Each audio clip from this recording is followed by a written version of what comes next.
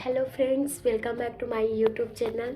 तो अब मैं जो है एक वीडियो लिटरेचर का, आपके हिस्ट्री का, और एक वीडियो जो है मैं सोच रही हूँ कि लिटरेरी टर्म्स का। और मैं सबको प्रीफर करूँगी कि एम.एच. अब्राहम को आप लोग प्रिपरेशन में रख लीजिए, क्योंकि बहुत मेरे हिसाब से बहुत बेस्ट बुक है और बहुत ही ओल्ड बुक है। इससे कोई भी लिटरेरी टर्म छूट नहीं सकता है।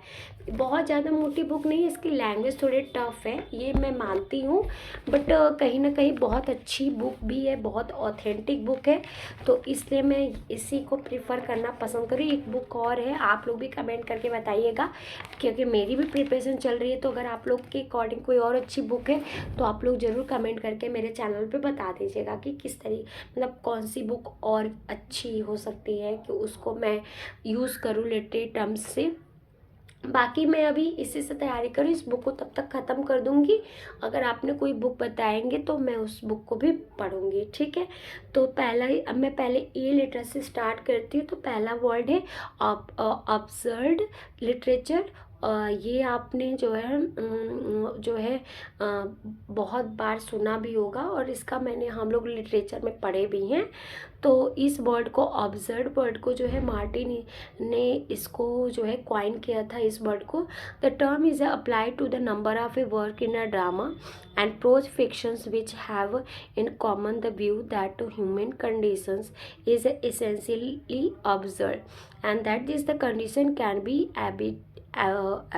adequately represented only in a works of a literature that are themselves observed both the mood and dramaturgy of a absurdity uh, were anticipated as early as 1896 in Alfred Jarry's French play Abu Roi, Abu the King.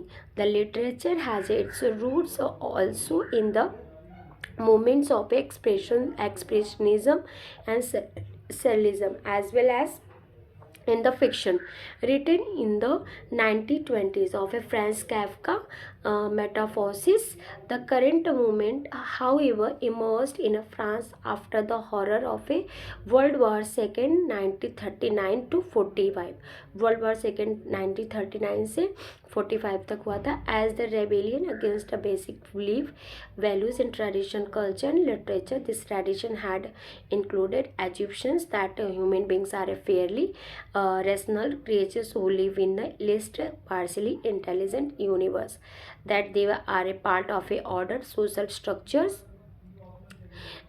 and that they may be capable of a heroism and dignity even in the defeat after the 1940s. However, there was a widespread tendency, especially prominent in the existential philosophy of men of letters such as Jean-Paul Sartre, Albert Camus, to view human beings as isolated existent who is the cast into alien universe to conceive the human world is a possessing।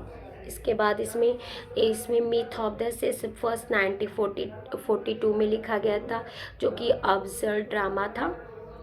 उसके बाद कैम्यूस के द्वारा लिखा गया था। और जो है थिएटर ऑफ द ऑब्जर्व भी था। Eugene Ionesco, French author Bald सेप्रोनो।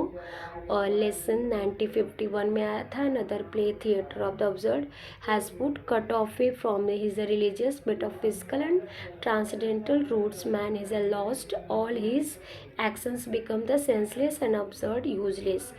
Ionesco also said in commenting on the mixture of moods in the literature of the absurd, people drowning is in meaninglessness can only be grotesque, their sufferings can only appear tragic by डिजीजर, ठीक है। Samuel Beckett ने waiting for the Godot लिखा था 1954 में, और एक उनका इंडी game आया था 1958 में, जो कि बहुत ही फेमस था। उसी समय से अब्सर्ड ड्रामा जो है स्टार्ट हो जाता है।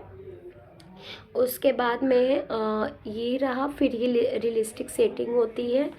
Nothing happens, nobody comes, nobody goes, it awful और ये फेमस लाइन है, nothing happens, nobody comes and nobody goes, and western culture but of the parallel. और ये मेलेंडाइज जो है बैकेट्स का, और अननेमेबल ये भी उन्हीं का था। और उसके बाद जो है अनदर जो है फ्रेंच प्ले राइट ऑब्जर्व थे जीन जेनेट, उन्होंने भी ऑब्जर्टिज्म और डायबोलिज्म ये मिक्स करके उन्होंने इंग्लिश मैन के Harold Pinter, American Edward Elby, और उन्होंने जो है टॉम स्टॉपर्ड एज ये रोजन ट्रेंस और गैलेस्टियन आर डेड और ट्रेवेस्टीज ये उन्होंने लिखा था। और इसी में there are a fantasies movement आया था, एक्सप्लॉइट हुआ था ब्लैक कॉमेडी और ब्लैक ह्यूमर का। Baleful new and shift characters, fantastic nightmarish modern world play or out their roles in what UNESCO called a tragic farce, in which the events are often or comic, horrifying, absurd. Example: Joseph